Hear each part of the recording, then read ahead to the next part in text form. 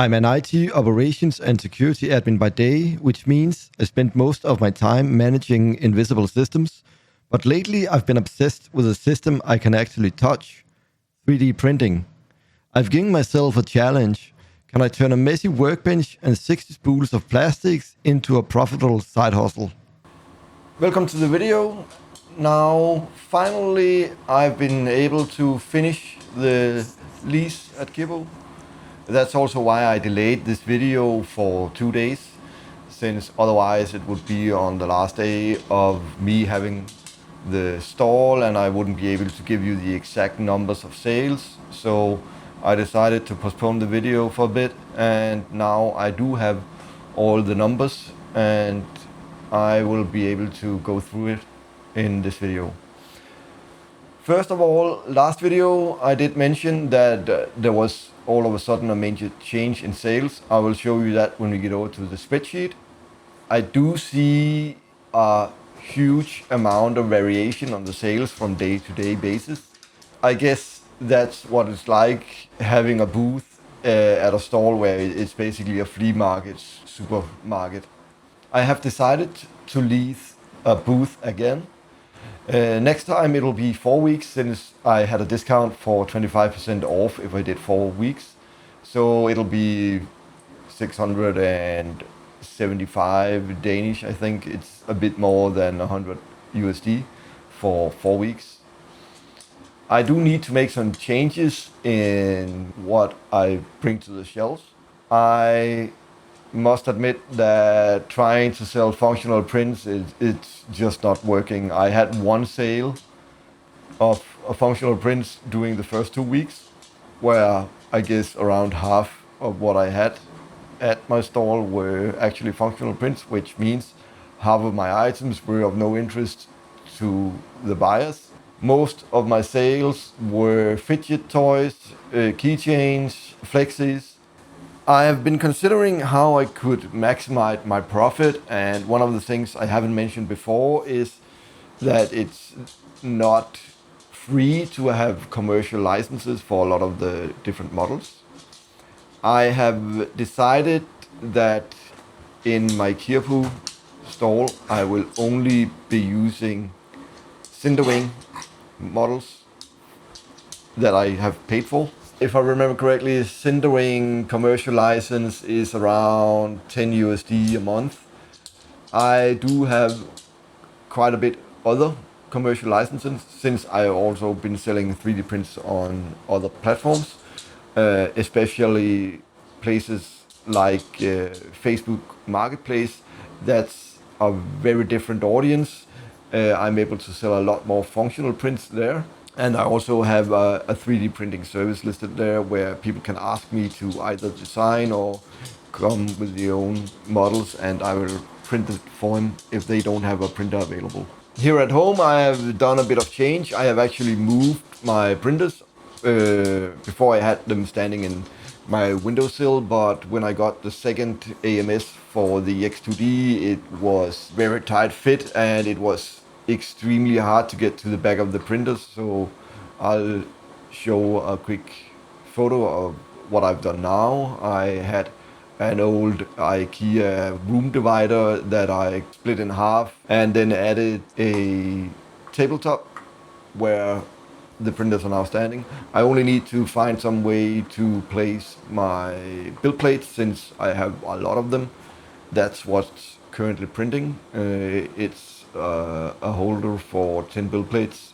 I think that'll be enough. Let's move on to the spreadsheet, and I'll do a bit of explaining on what I've been listing, what I'll be doing of changes for the next lease period, and I'll see you there.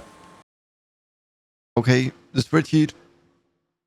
The lease period of 2 weeks, I had an earning of 984 Danish kroner, which is 157 USD. My expenses were 195. So looking at the numbers directly, it was a loss, but I still have a lot of items in stock. If I sell them at what I have just named the unit price, which is the total price for what I've spent on creating that item, I still have 134 USD in stock. if I sell everything I have in stock at my planned values, it'll be 430 bucks. So there's plenty in stock to make a decent profit. I would say overall it has been a success, since I'm not looking at that big of a loss, especially taking into account how much I still have in stock. What I have learned is that I need to not just estimate my values and add all the consumables as one cost, since it will be divided over multiple items, probably over multiple lease periods of the stalls. So for my next lease, I will need to make a better spreadsheet. I'll also probably need to make it a lot easier to look at, since this is basically just... I think I'm the only one understanding the values down here. It does track what I've sold and how much I've lost. Some of the items I've not listed them as stolen. Some were broken. Actually, a couple of them were eaten by my dog. I guess I have had some kind of grease on my fingers when I've handled the items. All of a sudden, one of the dogs found a couple of items and actually ate them. One of the items where I only had one, this Aztec Death Flute, never made it to the store since the dog just ate it before I could place it there. So a better spreadsheet next time. I'll make that promise, and I'll probably need to make one entirely in USD, so everyone is able to see the actual values and not having to try to figure out the currency exchange between Danish kroner and USD. I guess that's it for the spreadsheet. If anyone wants some exact numbers on whatever, then just add a comment and I'll get back to you as soon as I'm able to. When the last video ended, I did say that I had a very good day regarding sales. I'm not sure why, but I'm not complaining. I am actually happy that the first couple of days where I had the stall open, I did not see these extreme numbers, because then I would just expect every day to be like that, and they definitely aren't. So the last video actually ended on May 9th, where it was by far the best day of sales at 355 Danish. If I go back to the start of my booth, it was like 70, 100. Then I had 210 one day, and then just 20 the next. So there's a big jump in the numbers. I did find out that I was actually able to sell large flexi dragons rather fast. The first two I put up was not in the booth for more than 24 hours before they sold at 100 Danish each. So let's go back and look at what happened May 9th. A lot of sales. A heart figurine, multiple keychains, a smaller dragon, and one of the big dragons at 100. So it was both large items and then also a lot of items.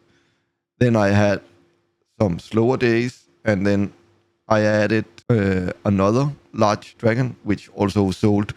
I think it was within 4 hours after me placing it. One thing that was quite funny was yesterday was the 15th. I took down the booth at around 2 o'clock p.m., which would be 14. 3 hours later, I had a sale.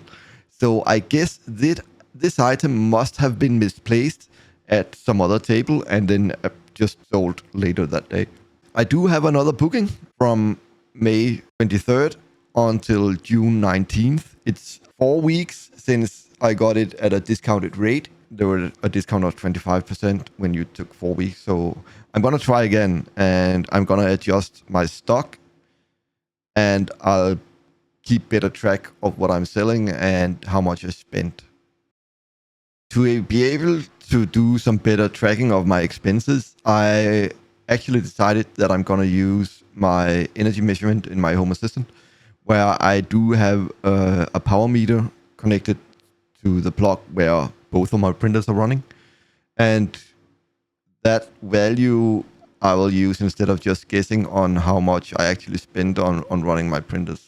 Using these values will actually make it a lot easier to see how much I spent on creating the items.